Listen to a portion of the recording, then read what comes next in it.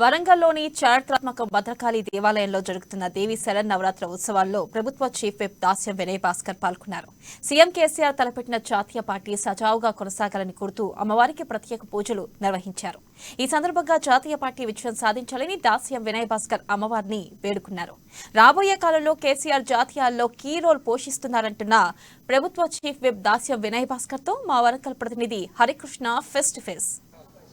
దేశ రాజకీయాల్లోకి వెళ్లేందుకు కూడా సీఎం కేసీఆర్ నిర్ణయించుకున్నారు. ఇప్పటికే ఇటు దసరా పండుగ రోజు కూడా పార్టీ విధి విధానాలు పార్టీ పేరును ప్రకటించబోతున్నారు. ప్రస్తుతం మనతో పార్టీ పేరు ఎలా ఉండబోతుంది, పార్టీకి సంబంధించిన విధి విధానాలు ఏ విధంగా ఉండబోతున్నాయో తెలుసుకోవడానికి మనతో పాటు విధి విధానాలు ఏ విధంగా ఉండబోతుందో తెలుసుకోవడానికి మనతో పాటు ప్రభుత్వ చీఫ్ విప్ దాస్యం వినయ్ భాస్కర్ అన్న చెప్పండి. దసరా పండుగ రోజు సీఎం కేసీఆర్ జాతీయ పార్టీ పెట్టబోతున్నారు. పార్టీ పేరు ఎలా ఉండబోతుంది, పార్టీ కార్యకలాపాలు ఎలా ఉండబోతున్నాయి, ప్రజల పక్షాన ఎలా ఉండబోతున్నారు? ఇప్పుడు జాతీయ పార్టీ విజయదశమి రోజు పెట్టబోతున్నట్టు మాకు సమాచారం అందింది.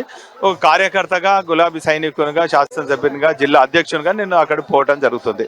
విధి విధానాలన్నీ కూడా అందరితోని, మేధావులతోని, ఇతర రాష్ట్రాల్లో ఉన్నటువంటి ప్రజా సమస్యలను చర్చించుకొని పెట్టబోతాడు. ఏదేమైనప్పటికీ కూడా విజయదశమి రోజు పెట్టబోయే జాతీయ పార్టీ ప్రజల పక్షాన ఉండి విజయం సాధిస్తానని భావిస్తున్నాం. ముఖ్యంగా వరంగల్కు రానున్న నేపథ్యంలో కూడా భద్రకాళి అమ్మవారిని దర్శించుకుంటారా సీఎం కేసీఆర్?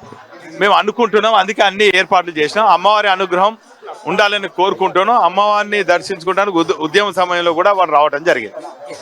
కూడా ఏదైతే మరికొద్ది సేపట్లో కూడా వరంగల్ కు సీఎం కేసీఆర్ రానున్నాడు. వరంగల్లో ఉన్న ఆడపిల్ల వద్ద ఏర్పాటు చేసిన ప్రతిమ ఆసుపత్రిని ప్రారంభించున్నారు సీఎం కేసీఆర్. దాదాపుగా 3 గంటల పాటు కూడా సీఎం కేసీఆర్ ప్రతిమ హాస్పిటల్ వద్ద ఉండనున్నారు. అయితే ఏదైతే దసరా పండుగ రోజు ఏదైతే జాతీయ పార్టీ పెట్టబోతున్నారో జాతీయ పార్టీకి సంబంధించిన పేరు ఎలా ఉండబోతుంది, పార్టీకి సంబంధించిన సిద్ధాంతాలు ఏ విధంగా ఉండబోతున్నాయి, ప్రజల పక్షాలు ఏ విధంగా ఉండబోతుంది అనే దానికి సంబంధించి కూడా చర్చించినట్లు కూడా తెలుస్తుంది. మొత్తంగా కూడా మరికొద్ది సేపట్లో మాత్రం వరంగల్ కు సీఎం కేసీఆర్ చేరుకున్న తర్వాత కూడా భద్రకాళి అమ్మవారిని మాత్రం దర్శించుకుంటారంటూ కూడా ప్రభుత్వ చీఫ్ విప్ దాస్యం వినయ్ భాస్కర్ చెప్తున్న పరిస్థితి మాత్రం కనబడతా ఉంది. వీడియో జర్నలిస్ట్ బాలతో హరికృష్ణ, అమ్మ న్యూస్, వరంగల్.